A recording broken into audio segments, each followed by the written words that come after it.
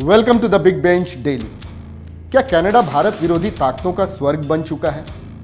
Canada में पिछले कुछ सालों में खालिस्तान रिलेटेड एक्टिविटीज़ पर नज़र डालें तो ये समझने में जरा भी देर नहीं लगेगी कि खालिस्तान सपोर्टर्स के लिए अब ये देश एक सेफ हेवन बन चुका है।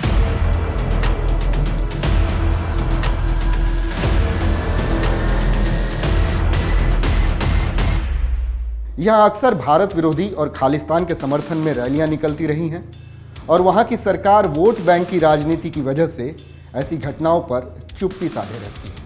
लेकिन 4 जून को खालिस्तानियों ने उस समय सारी हदें पार कर दी जब उन्होंने एक परेड में हमारे देश की पूर्व प्रधानमंत्री इंदिरा गांधी की हत्या की एक झांकी निकाली।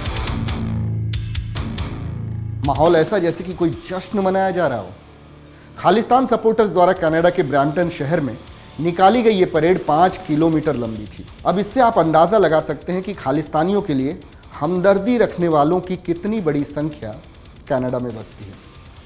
इंदिरा गांधी के मौत की झांकी पर हमारे देश ने बेहद नाराज़गी जताई है। हमारे minister of external affairs mister S Jaishankar ने कनाडा को यह भी चेताया है कि अगर कनाडा की ज़मीन के किसी भी टुकड़े का इस्तेमाल अलगाववादियों और चरमपंथियों को करने दिया गया तो ऐसी हरकतें दोनों देशों के रिश्तों के लिए ठीक नहीं होंगी और कनाडा के लिए तो बिल्कुल भी नहीं। It isn't only one incident, however egregious it may be.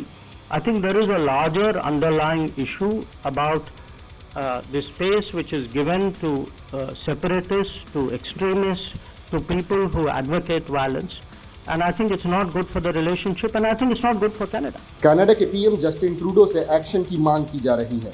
लेकिन सबसे बड़ा सवाल यह है कि खालिस्तान सपोर्टर्स कनाडा में इतने बेखौफ क्यों हैं?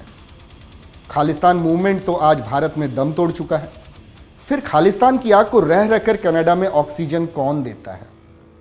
आपको जानकर हैरानी होगी कि हर साल बैसाखी पर जो इवेंट्स वहां होते हैं उनमें सिख चरमपंथियों को शहीद का दर्जा देकर उन्हें याद किया जाता है। बैसाखी जैसे आयोजन में खालिस्तान जिंदाबाद के नारे लगते हैं और ऐसे इवेंट्स में सिर्फ अपने वोट बैंक को बरकरार रखने के लिए कनाडा के डिफरेंट पॉलिटिकल पार्टीज के नेता और सांसद भी उसमें हिस्सा लेते हैं। आपको एक किस्सा याद दिलाता हूं।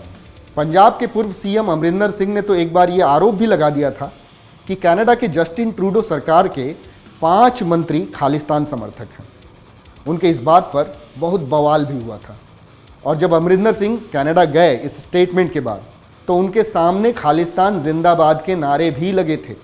इस तरीके से किया गया था विरोध। तो क्या कनाडा में इन खालिस्तानी समर्थकों को सिर्फ इसलिए सह दी जा रही है क्योंकि वहाँ बसे सिख आर्थिक रूप से तो मजबूत हैं ही, वहाँ की राजनीति को भी प्रभावित करते हैं?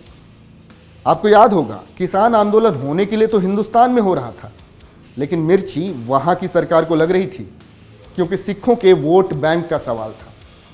पर ऐसा नहीं है कि कनाडा सिर्फ खालिस्तानियों के लिए एक सुरक्षित पनाहगाह बन गया है, बल्कि बहुत से क्रिमिनल्स भी वहाँ पर भागकर शेल्टर ले रहे हैं। हमने हाल ही में पंजाबी पॉप सिंगर सिद्धू मूसेवाला के हत्यारे गोल्डी ब्रार को भी कनाडा में ही शरण लेते देखा है। तो द बिग बेंच पर बैठकर सोचने वाली बात यह है कि क्या कनाडा भारत विरोधी ताकतों और क्रिमिनल्स की शरण स्थली बना हुआ है? आपको क्या लगता है कनाडा को ऐसे क्रिमिनल एलिमेंट्स और खालिस्तानी समर्थकों पर नकेल कसने के लिए क्या करना चाहिए? आप हमें कमेंट करके बता सकते हैं। ऐसी और खबरों को जानने के लिए आप हमारे चैनल को सब्सक्राइब करें और बेल आइकन को दबाना बिल्कुल ना भूलें। Keep watching the Big Bench Daily.